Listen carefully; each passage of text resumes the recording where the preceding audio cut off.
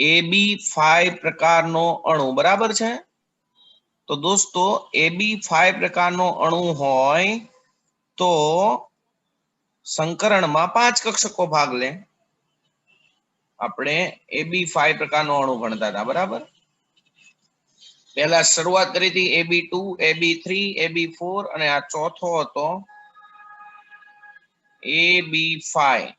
AB5 પ્રકારનો અણુ હોય એનો મતલબ એવો થાય મધ્યસ્થ પરમાણુ A એની સાથે બીજા 5 પરમાણુ હોય. મધ્યસ્થ પરમાણુ A એની સાથે બીજા 5 પરમાણુ હોય તો એને કહેવાય AB5 પ્રકારનો અણુ.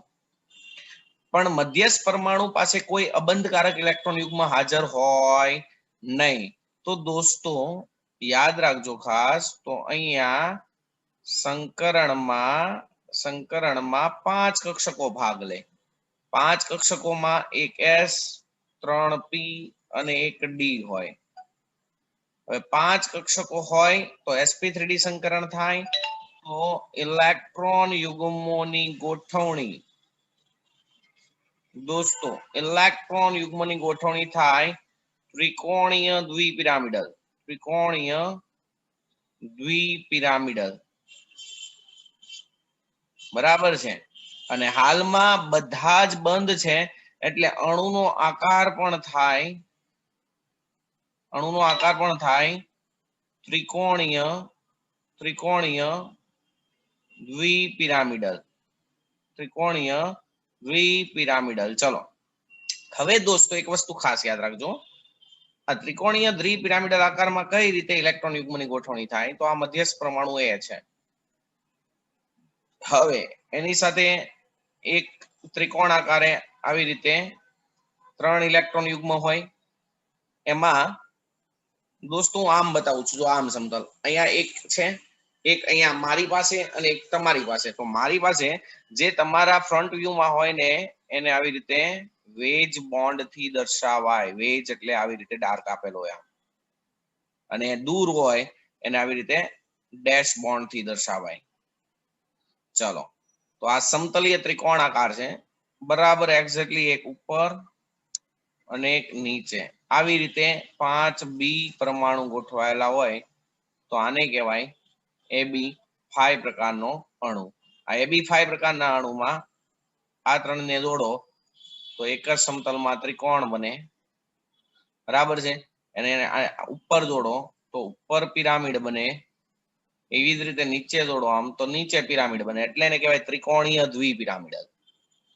હવે જે હું તમને સમજાવવાનો છું એ બહુ જ મહત્વની વસ્તુ છે દોસ્તો. જ્યારે sp3d સંકરણ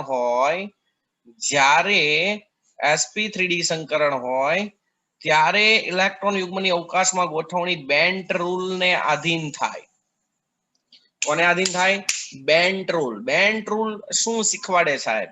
તો પહેલી વાત, હવે જો અહીંયા આ જે ત્રિકોણ છે, આ ત્રિકોણ, બરાબર, એ ત્રિકોણમાં જે પોઝિશન છે એને ઇક્વિટોરિયલ પોઝિશન કહેવાય. આ જે ત્રિકોણમાં આ 3 બંધ છે એને ઇક્વિટોરિયલ પોઝિશન કહેવાય. ઇક્વિટોરિયલ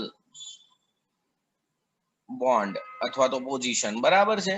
અત્યારે બોન્ડ છે એટલે બોન્ડ કહી દીધા. અને આ છે અને આ નીચેનો છે એને એક્સિયલ પોઝિશન કહેવાય. એક્સિયલ. ઓકે, તો હવે બેન્ટ રૂલ શું શીખવાડે દોસ્તો? બેન્ટ રૂલ શું શીખવાડે?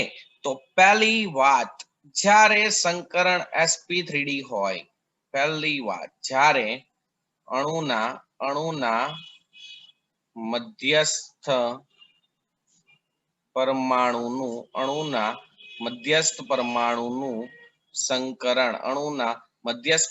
સંકરણ કેવું હોય?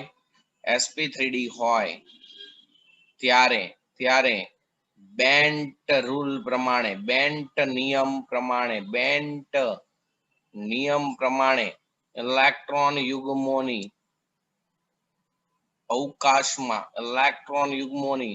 અવકાશમાં ગોઠવણી થાય. ઓકે, ચલો જ્યારે અણુના મધ્યસ્થ પરમાણુનું સંકરણ sp3d હોય ત્યારે બેન્ટ નિયમ પ્રમાણે ઇલેક્ટ્રોન યુગ્મોની અવકાશમાં ગોઠવણી થાય. નિયમ શું કહેવા માંગે? પહેલી વાત, જો અણુના મધ્યસ્થ પરમાણુ પાસે અબંધકારક ઇલેક્ટ્રોન યુગ્મ હાજર હોય તો અબંધકારક ઇલેક્ટ્રોન યુગ્મ દોસ્તો ઇક્વિટોરિયલ પોઝિશન ઉપર જ ગોઠવાય. જો અણુના મધ્યસ્થ, પહેલી પ્રાયોરિટી આ મધ્યસ્થ પરમાણુ, જો અણુના મધ્યસ્થ પરમાણુ પાસે અબંધકારક ઇલેક્ટ્રોન યુગ્મો હાજર હોય, જો અણુના મધ્યસ્થ પરમાણુ પાસે અબંધકારક ઇલેક્ટ્રોન યુગ્મ હાજર હોય તો તેમાં અબંધકારક ઇલેક્ટ્રોન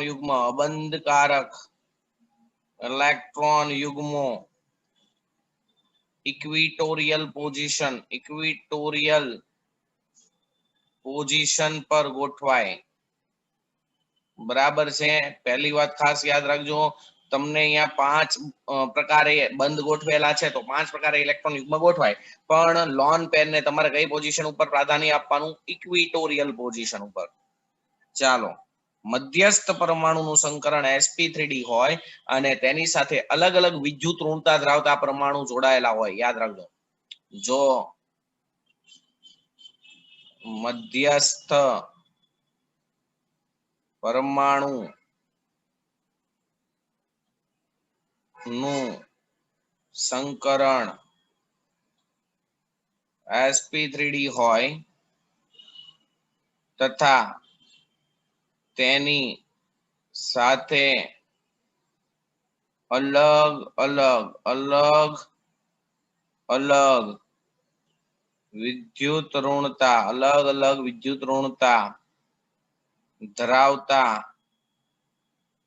પરમાણુઓ જોડાયેલા હોય તો દોસ્તો, તો વધુ વિદ્યુત ઋણ પરમાણુ,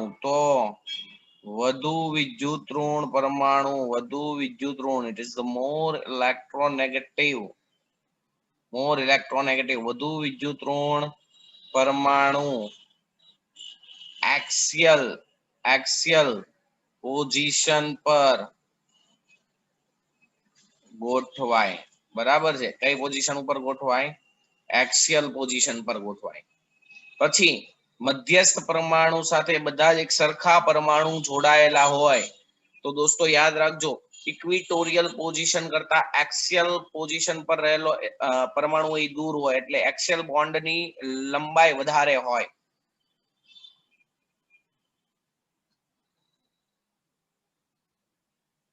ઇક્વિટોરિયલ બોન્ડ કરતા એક્સિયલ બોન્ડની બંધ લંબાઈ વધુ હોય દોસ્તો તો શું થાય? આથી આવા અણુના વિઘટન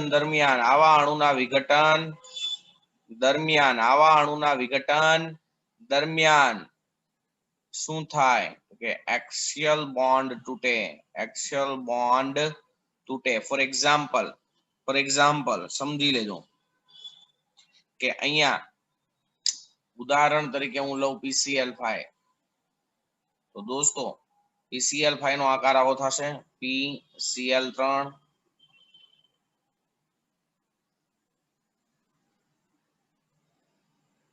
એક 3 Cl આવી રીતે ગોઠવાય, એક એક્ઝેક્ટલી ઉપર અને એક એક્ઝેક્ટલી નીચે. તો આ જે PCl બોન્ડ છે એની બંધ લંબાઈને A કહો અને આ જે PCl બોન્ડ છે એની બંધ લંબાઈને B કહો. તો દોસ્તો પહેલી વાત, આમાં બધા જ PCl બંધ છે, બધા જ PCl બંધની બંધ લંબાઈ પહેલી વાત તો સમાન હોતી નથી, બરાબર છે, ખાસ યાદ રાખજો. It is the most important concept for JEE and NEET. It is the most important concept for JEE and NEET. Okay, 5 PCl 5 માં 5 PCl બંધ હોય તો હું 5 બંધની બંધ લંબાઈ સમાન હોય ને, પણ નહીં, હકીકતમાં નું હોય. અહીંયા કેવું હોય, આ એક્સિયલ બોન્ડ છે અને આ ઇક્વિટોરિયલ બોન્ડ છે. તો દોસ્તો બંધ લંબાઈનો ક્રમ એક્સિયલ બોન્ડ મોટો હોય એટલે બંધ લંબાઈ છે એ બી કરતા કેવી હોય, નાની હોય અત્યારે, બરાબર છે. બોલો કઈ પ્રોબ્લેમ? તો દોસ્તો અહીંયા સમજી લો કે અહીંયા નોટિફિકેશન આપી દે આમ કે આ છે ને ઈ CLA, આ B, આ C, આ D અને આ E છે. તો આ PCl5 નું દોસ્તો આ PCl5 નું વિઘટન કરવામાં આવે, ગરમી આપવામાં આવે તો એક વસ્તુ યાદ રાખજો, એક મળે PCl3 અને એક મળે Cl2. તો તમને એમ કહેવામાં આવે આ જે Cl2 છે એમાં કયા Cl ના પરમાણુ હોય, કયા Cl ના પરમાણુ હોય? તો દોસ્તો આનું વિઘટન કરો તો આ બંધ તૂટે, આ, બરાબર છે. એટલે આ જે Cl2 છે ને એમાં એક હોય Clc અને બીજો હોય Cle. એની પ્રોબ્લેમ ખાસ યાદ રાખજો, ધીસ ઇઝ ફાઇનલ પ્રોડક્ટ. આ PCl3 માં એક Cl A હશે, એક B હશે અને એક D હશે. એટલે અહીંયા આ જે PCl3 છે ને એમાં કયા કયા Cl હોય? તો કે એમાં હશે એક P, Cla, Clb અને Cld. ઓકે, જ્યારે આ જે Cl2 છે એમાં હોય Clc અને Cle.